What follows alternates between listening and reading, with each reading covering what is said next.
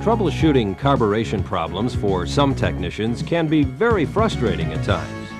In this program, we will attempt to simplify that process and separate carburation problems from other engine-related problems that appear to be carb-related and are not. The Tecumseh Carburetor Troubleshooting Book and Mechanic's Manual can be a good source of information to zero in on problems. Sometimes the expert home technician has fine-tuned his unit in the garage at home, and the repair is as simple as correcting his repair job. Boy, I guess you better, whoa, we better get it ready to run this ball. Oh, we got plenty left in there for last year yet. Well, I'll tell you, I gotta fine tune this here Tecumseh carburetor. Got my tools. Oh, we'll save this one to last. Okay. We'll do another tune-up on it.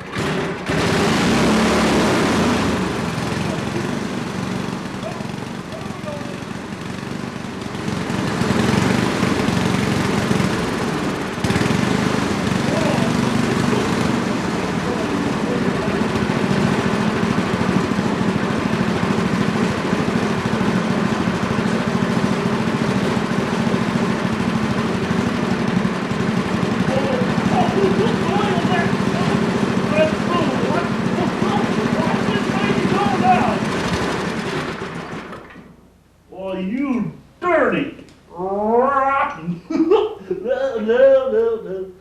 Well, I guess I'm calling on them there technicians to look at her now. Come here. I want you to take a look at this here piece of equipment. Now, you worked on this for me last year, and it's back to the same thing again. It runs fast, and then it runs slow, and it even puffs big belches of black smoke out the muffler. Now, I haven't done nothing to this unit since you had it last year. I want you to fix it right now. Well, sir, I think in order to do the proper repair job, and since I have the truck here, we might as well take it right back to the shop. Well, why don't you take it back to the shop? Well, then I'll go ahead and do that. All right, come on.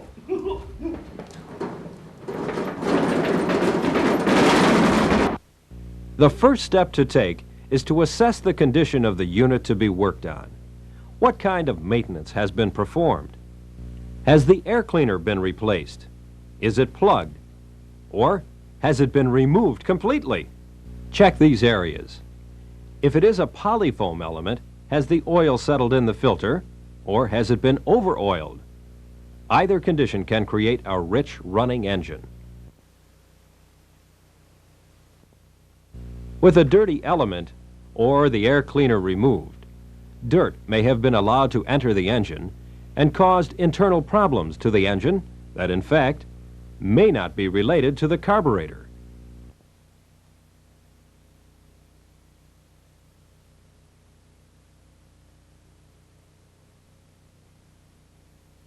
If dirt has been drawn into the choke and throttle shaft area, this will create an air leak that may not be adjusted out.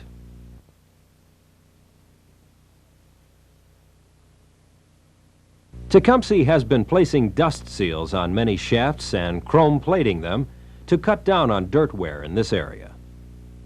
On units with closed breather systems, make sure the breather tube has not been removed, allowing the engine to draw dirt in through this area. Make sure the engine is stopped and place the engine control in the fast position and reset the governor.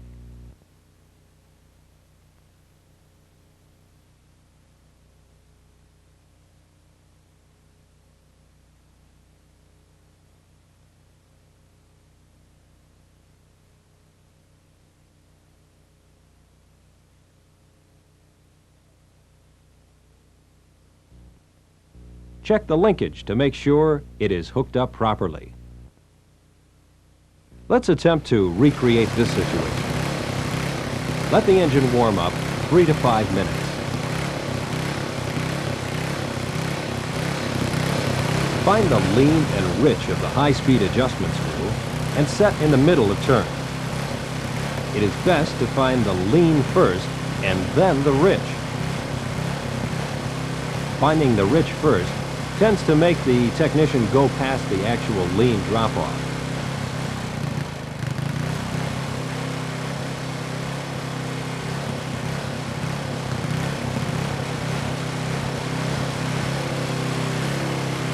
Bring the engine down to idle and allow the engine to catch up. Find the lean and rich just as before. Remember, the idle mixture screw will either be adjusting air or fuel.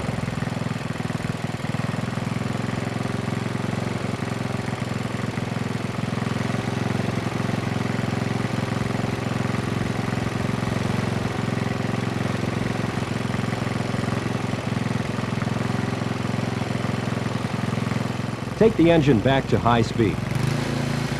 Reset the main.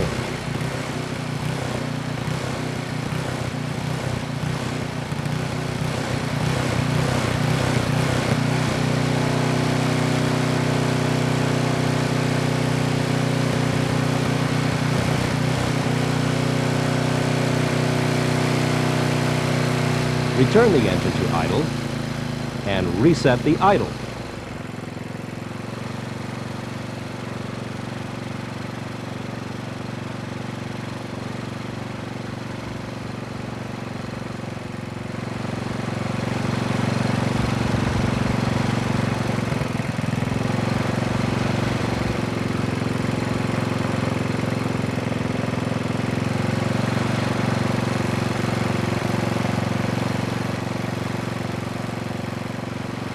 Make sure the adjustments are made twice.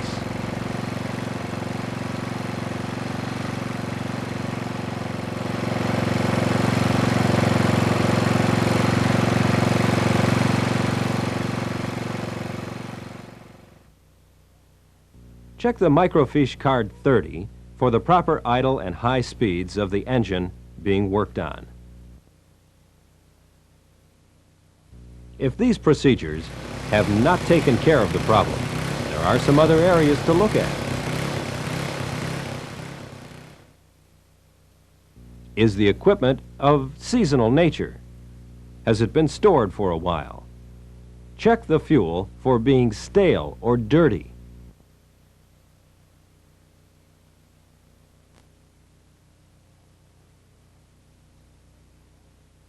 Has the fuel in the carburetor bowl started to varnish? Varnish can plug or partially plug passages.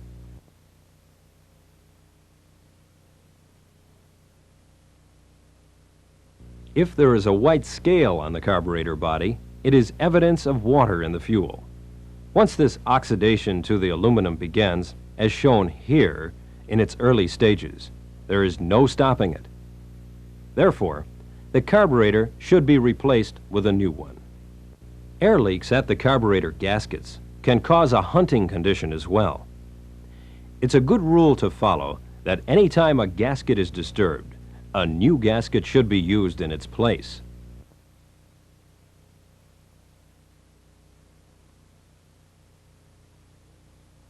A couple of other areas to check are the choke and throttle plates and return springs. Check them for sticking.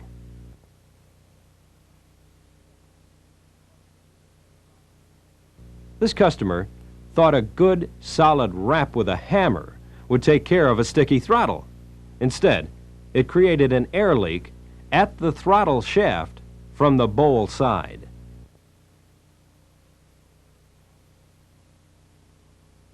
An area that is often overlooked when troubleshooting this condition is the float. Check for the proper float height.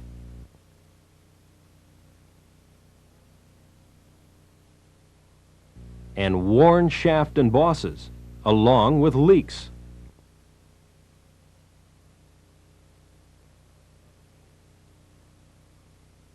Don't forget the rubber O-rings on the mixture screws, another area for possible air leaks.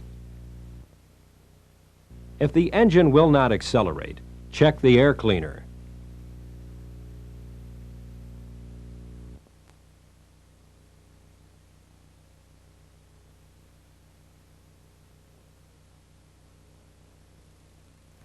Though it may act as a carburetor problem, it in fact may be an ignition problem with the engine out of time.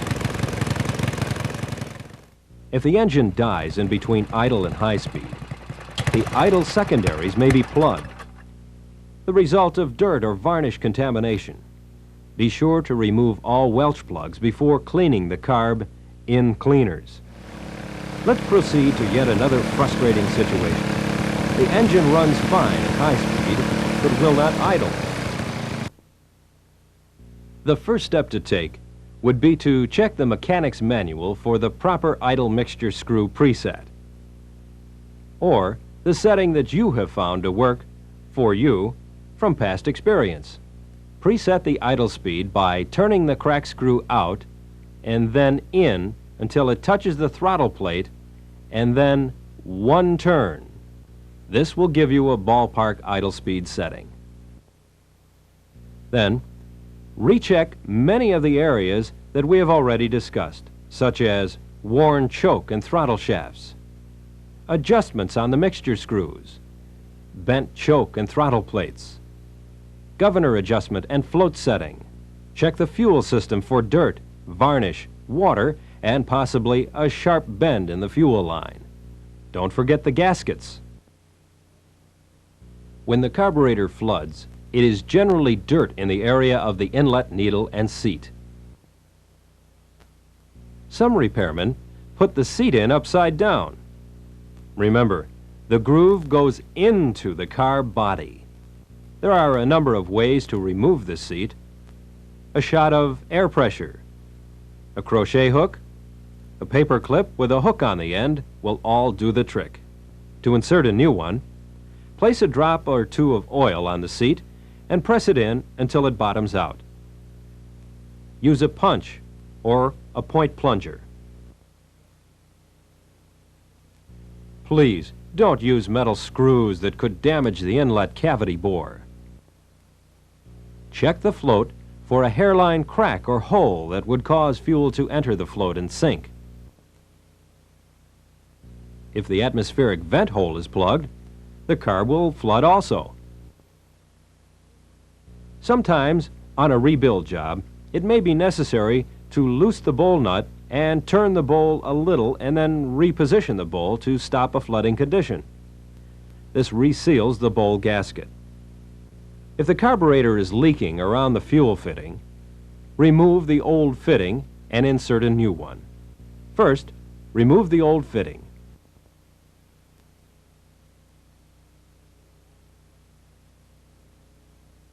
Put a drop of red Loctite on the shank of the fitting and press it into the shoulder. It is important to use a vise with protective jaws so that the carburetor is not damaged. Don't attempt to move the fuel fitting with a wrench. This is a metal shank into a glass-filled nylon fitting.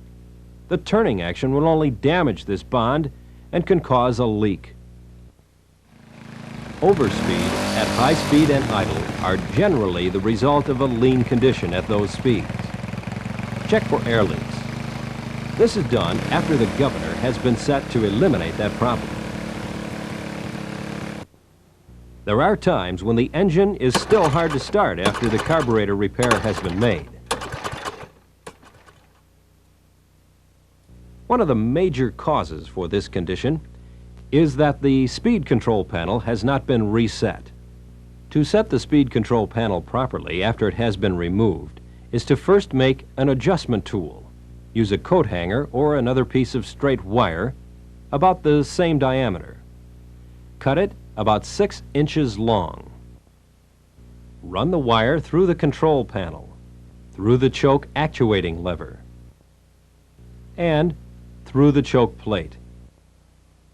Place the throttle control in the fast or high speed setting.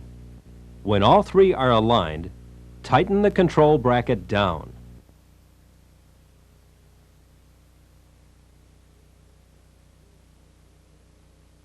This will ensure full choke in the choke position and also make sure that the engine is not partially choked in the high speed position. Tecumseh has been using a Loctite impregnator since 1979 to seal the microscopic porosity that can exist in the casting. This eliminates air leaks through the carb body. In about 1981, Tecumseh put on an iridescent dye in the solution so that it shows up purple under a black light. As a quick review of service procedures for cleaning the carburetor, please follow these steps. Remove the carb from the engine. Mark the positioning of the governor controls. A sketch might be one way to do it. Take out the choke and throttle shafts, along with the dust seals. Remove all of the rubber components from the carb. The fuel fitting can stay. Carefully take out the Welch plugs.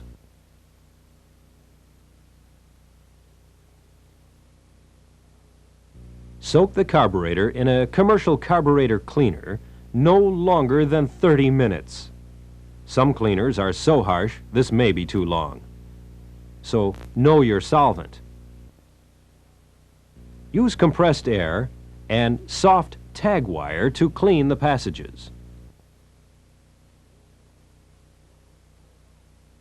No drill bits. Replace the Welch plugs.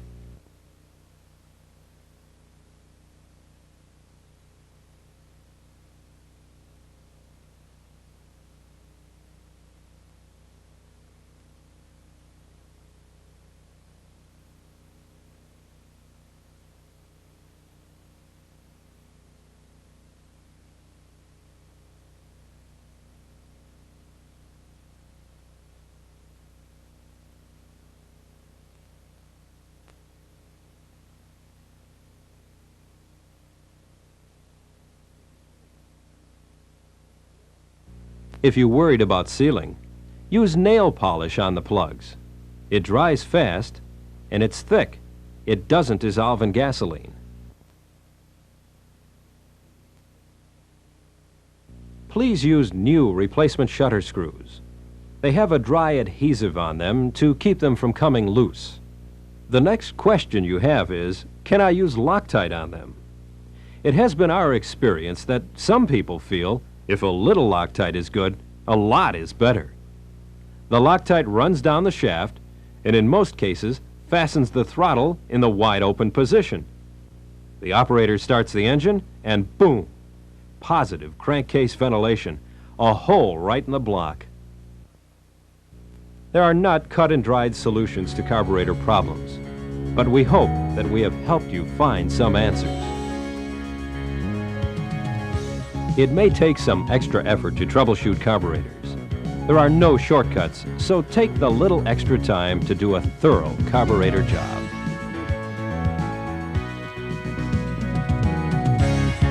Good luck.